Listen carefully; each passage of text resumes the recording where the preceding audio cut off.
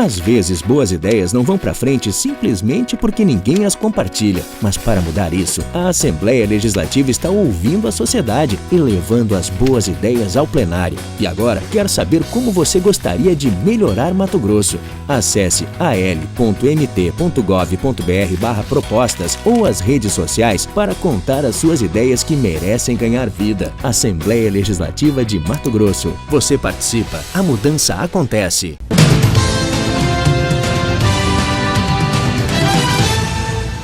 Olá, Massal Tadano, 48 anos da trajetória vitoriosa de um Nicei.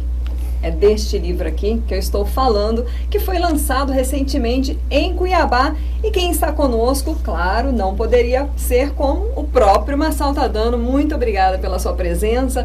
Aqui você tem aqui nesse livro uma riqueza fantástica da história política, da extensão rural, do Brasil e Mato Grosso também, né? Muito obrigada. Comece já contando pra gente um pouquinho como é que foi para começar a escrever, a se inspirar aqui nesse livro. Minha saudação a todos os telespectadores. Explico um pouco a você que a origem do livro foi consequência de uma iniciativa da minha prima, que é produtora no Paraná, e do meu primo, Raízes de uma Geração. Decorrente do sucesso desse livro, meus filhos, meus netos, meus tios, meus parentes todos, meus amigos, né, cobraram que também fizesse alguma coisa em relação ao cargo na extensão, na vida pública, os cargos exercidos, as missões no país, missões internacionais. A esperança que tive, que tenho, né, e que desejo para todos, tá certo? Então, a gente fala disso. Nós falamos também, dentro desse mesmo livro, 48 anos da trajetória nossa, um pouco sobre plantas medicinais e algumas técnicas interessantes, né, sobre como preservar e zelar pela nossa saúde. Outro também são de narrativas, de fatos interessantes que aconteceram ao longo desses 48 anos, né, em encontros, em situações de fiscalização animal, vegetal, inspeção na parte de leite, frigoríficos, tá certo?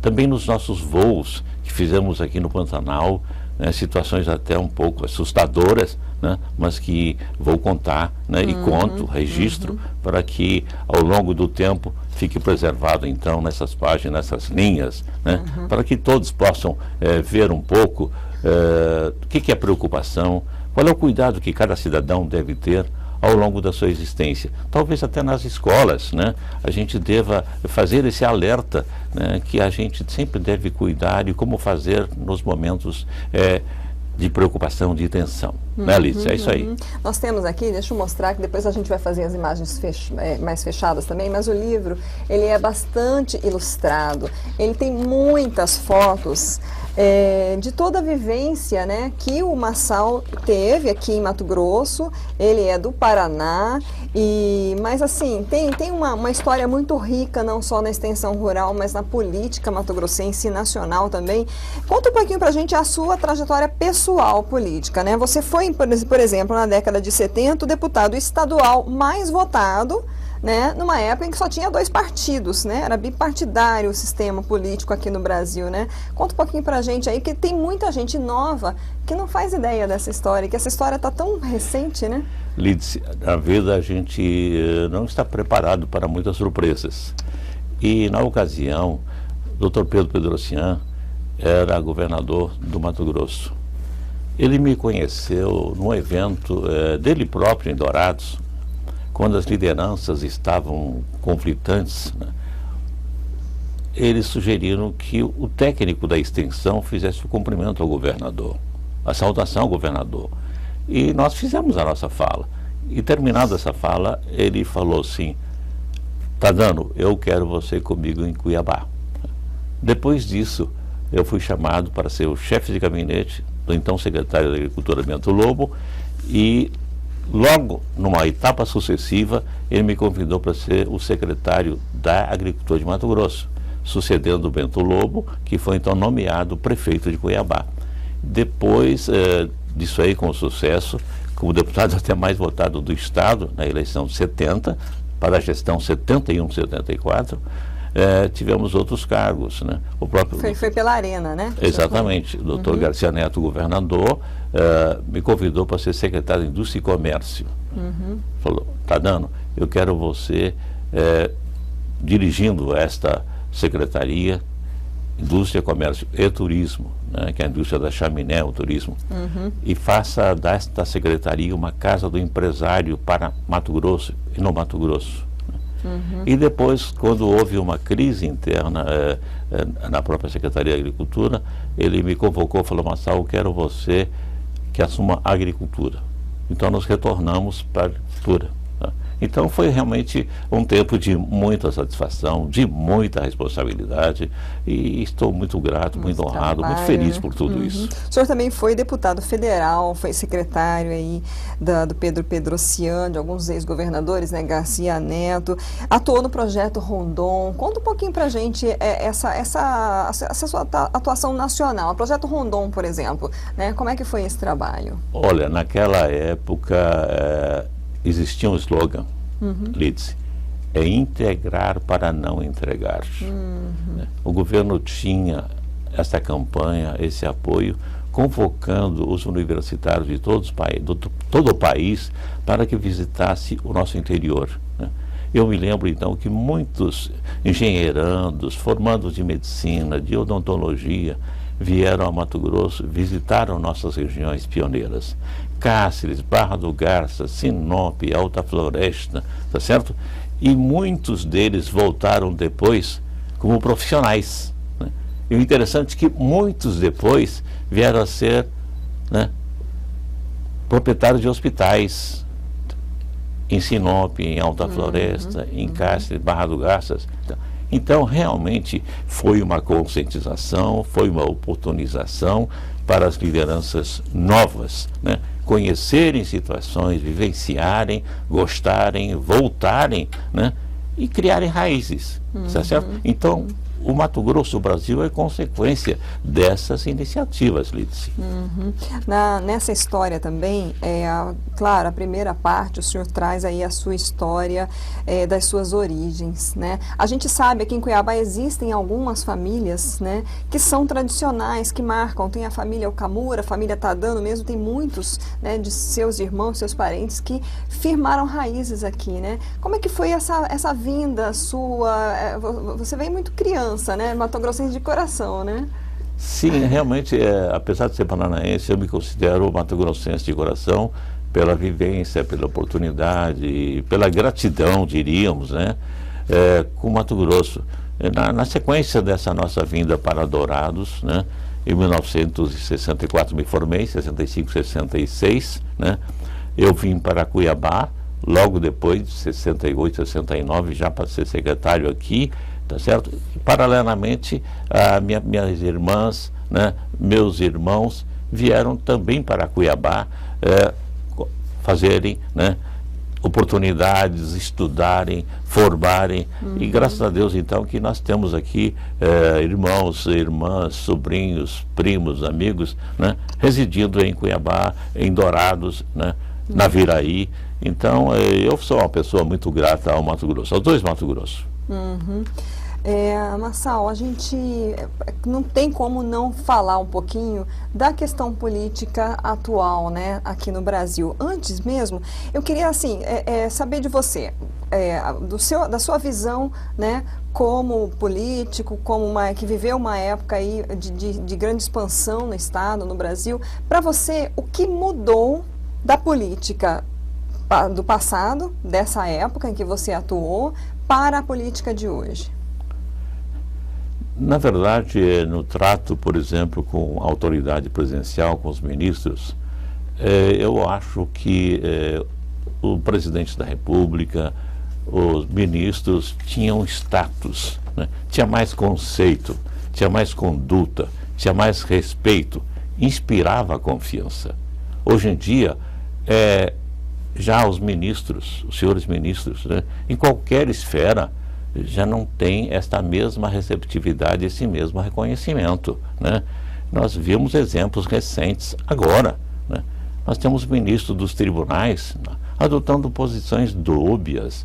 O país inteiro está revoltado com essas situações, né? Quer dizer, como é que pode representantes nossos da justiça adotarem posições que causam preocupação dentro do próprio cenário dos juristas, dos advogados, das OAB do país inteiro? Tá certo, Luiz? Então, realmente, né, do passado para a situação de hoje, alguma coisa mudou para pior. Claro, eu acredito em momentos melhores, né? Porque eu acredito nessa área jovem. Existem jovens competentes, inteligentes, experientes, né? E o incrível, né, que os próprios juízes novos foram questionados. Eu não posso concordar com uma situação desta, tá certo? Eu acho que o experiente, o veterano, né, o aposentado, tem experiência, tem vivência, tá certo? Mas também tem que dar oportunidade aos novos, tá? O Brasil precisa confiar nos jovens, oportunidade, capacitar, educar. Eu digo sempre, a política é quem ensina. O verbo avançar, recuar, compor, perder, aguardar, né? E se não souber conjugar todos os verbos nesses tempos, a pessoa não sabe conviver, né? Só o técnico, né, sem um pouquinho de vivência política, né, ele não dá aquela harmonia necessária com a sociedade, com os problemas, enfrentar barreiras, enfrentar situações, né? Fui seguidor, coordenei a campanha do embaixador Roberto Campos para Senado. Ele próprio dizia assim, está dando, né? Nas negociações internacionais, se você não tiver ambiente, você tem que fazer o ambiente, né? Se for necessário, turve a água, tá certo? Ele fez isso nas grandes tratativas como embaixador, né? Na época, ele foi criador do FGTS, foi criador do BNDES. Lamentavelmente, hoje, tanto o FGTS como o BNDES, né, foi caminho, foi oportunidade para propinados, propineiros, de trilhões que o país está, hoje, mais de 120, né, milhões de brasileiros aí desempregados, limitações de habitação, de saúde, tá certo? De educação. Nós precisamos criar oportunidades para essa faixa grande da nossa população. Acredito nisso aí. Essa corrupção que o senhor vê hoje, havia já traços, indícios dela? Porque a gente sabe, e aí muitos historiadores afirmam, né, que desde o Brasil colônia já havia corrupção, mas o senhor via tão abertamente essa situação como a gente vê hoje? E como é que o senhor analisa todos esses escândalos, né, de milhões, de bilhões de desvios no país? É incrível, se houveram no passado, houveram situações moderadas, diríamos, né? Houveram alguns casos de alguns parlamentares que facilitavam a liberação de verbas, né? Tá certo? Tirando percentuais, tá certo? Eu, por exemplo, fui vice-líder do presidente Figueiredo com muita honra, com muito orgulho, né? Ele saiu com a vida modesta, tá certo? Outros presidentes também saíram com a vida modesta. Ninguém saiu campeão de riqueza, né, de milhões de reses, de frigoríficos, de ações, tá certo? Essas situações atípicas, né, que fazem hoje alerta. Essa operação Lava Jato, por exemplo, né, eu acredito que ela veio para ficar, tá certo? Eu também mandei o meu livro, tá, com toda a simplicidade e humildade, para a doutora Janaína Pascoal, né, e para o próprio juiz Sérgio Moro, para que eles vissem, tá certo? Que tem brasileiros do lado de cá, como nós, tá, técnicos, né, ocupantes de cargos comissionados, que têm também um pouquinho de vontade, de exemplo, de trabalho, tá certo? No passado foi dito aí que em 12, 13 anos não viram, não sabiam que tinha acontecido essas barbaridades. No caso aqui que eu conto no meu livro, de uma irregularidade no frigorífico, 7h30 da manhã eu fiquei sabendo da irregularidade num frigorífico aqui em Canarana. 7h30 da noite, o Laranja e o responsáveis já estavam presos, que tem 12 horas. Soube também, quando era secretário de Defesa, que tinha irregularidades na falsificação e adulteração de leite no Nordeste, quer dizer, população carente, idosos, crianças, né, doentes, que depende do leite, era feito de soro de leite, né, tá certo? Felizmente também nessa situação aí, em 11 meses, nós prendemos, com a ajuda da Polícia Federal, 11 empresários irresponsáveis, tá certo? Então, quando se toma uma decisão séria, tá certo? As coisas acontecem, tá? Agora, se a pessoa fizer vista grossa, nada acontece. Então, né? o senhor tem em conta um pouco também algumas historinhas aqui no livro. Ah, sim. Bastante histórias, bastante histórias. Tem uma até que eu peço licença, Liz. Num voo que nós fizemos ao Barão de Melgaço, na hora da decolagem, estávamos, então, Jonas Pinheiro, que foi senador, eu era deputado comigo, Benedito Alves Ferraz, Djalma Rocha, né, Oscar Ribeiro, estávamos em 5 num avião Cessna aqui, e na decolagem, tá certo, nós perdemos uma roda e metade da cauda. Vixe! Veja bem, e descemos, né, no aeroporto de Cuiabá com 2 rodas, metade da cauda, tá, sem rádio, descemos em cima da grama. Felizmente nós estamos vivos e nada aconteceu, mas é uma situação altamente preocupante dentro das narrativas que eu digo aqui no meu livro. Bom, a gente infelizmente já vai ter que encerrar, tá uma conversa tão gostosa, né? Eu vou colocar aqui, vou citar aqui um pouco para você, só para atiçar um pouco a curiosidade, né? As partes do livro, origens, narrativas, aí ele conta um pouquinho, né, as suas vivências aí com os ex-governadores, com os parlamentares aqui de Mato Grosso, bandeirantes deste século, fala um pouco aí do interior, Sinop, Alta Floresta, São José do Rio Claro, atuação como deputado federal e o Partido Liberal, sob as asas de Deus, aí, aqui os voos, aí, né, que tem aí essa história, essa aventura aí. Ações voltadas para a agropecuária brasileira, também teve muitas missões internacionais que vocês já naquela época faziam, né, para trazer aí, vender aí a soja de Mato Grosso, né?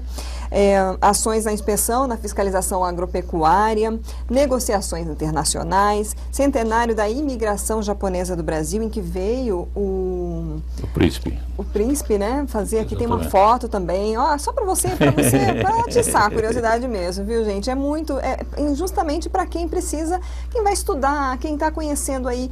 A gente vê tanta crítica na internet quanto à política atual e às vezes as pessoas não param para pesquisar. O que está acontecendo? Hoje está assim, como é que foi? O que pode fazer? O que a gente pode fazer para mudar? O senhor falou da gente confiar nos jovens, né? Investir nos jovens. Então tá aqui, gente, preocupação com saúde, álbum da família, ensinamentos que ficaram nas missões, aí Marçal está dando em depoimentos, pessoas fazendo depoimentos aqui, enfim.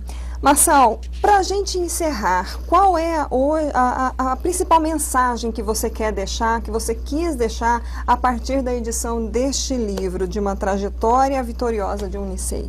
Lídice, a primeira é de gratidão a Mato Grosso e ao Brasil pelas oportunidades, pelos cargos que me foram oferecidos, onde eu pude desenvolver, desempenhar e, graças a Deus, realizar com êxito essas tarefas.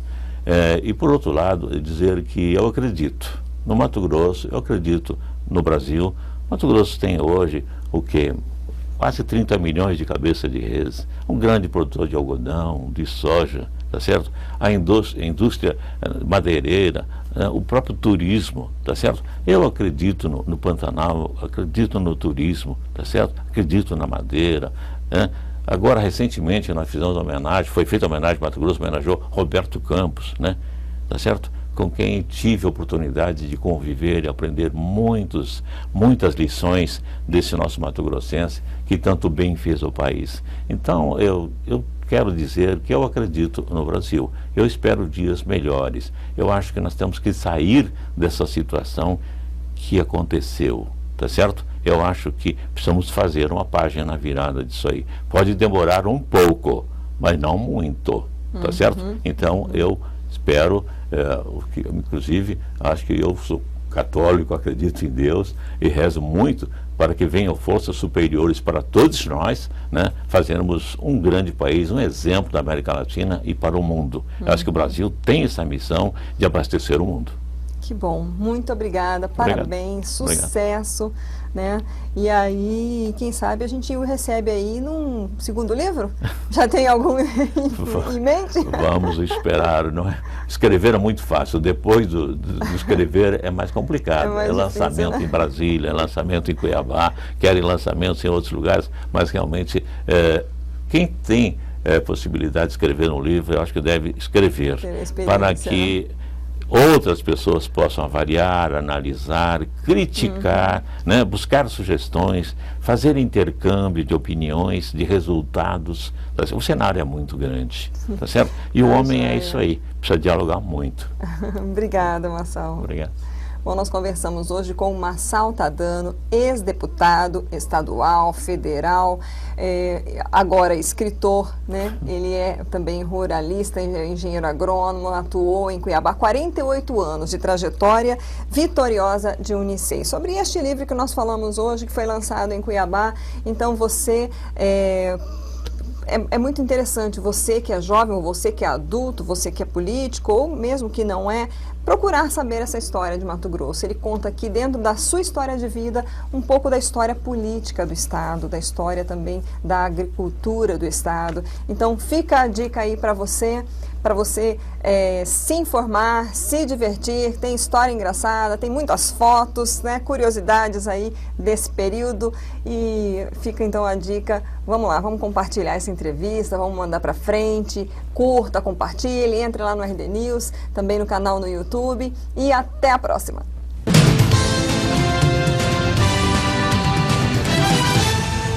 No Detran, a transformação acontece e o resultado aparece. Mato Grosso em ação. Nos últimos 2 anos, o governo investiu na estrutura de trabalho e atendimento. Foram reformadas 8 unidades, como o núcleo de atendimento do bairro Cochipó, em Cuiabá. Agora o cidadão pode receber o licenciamento anual do veículo em casa, com mais conforto e comodidade. Eu me senti como cidadão realizado, ou seja, a modernização está chegando e atingindo o usuário, não é resolver o problema do governo, resolver o problema do usuário que depende do Detran. 379 veículos foram leiloados e estão aptos a circular, e mais 14.500 veículos foram reciclados. Nós não queremos mais veículos abandonados nos pátios do Detran. O Detran trabalha para oferecer mais eficiência e qualidade ao cidadão. Afinal, quando a transformação acontece, o resultado aparece. Governo de Mato Grosso.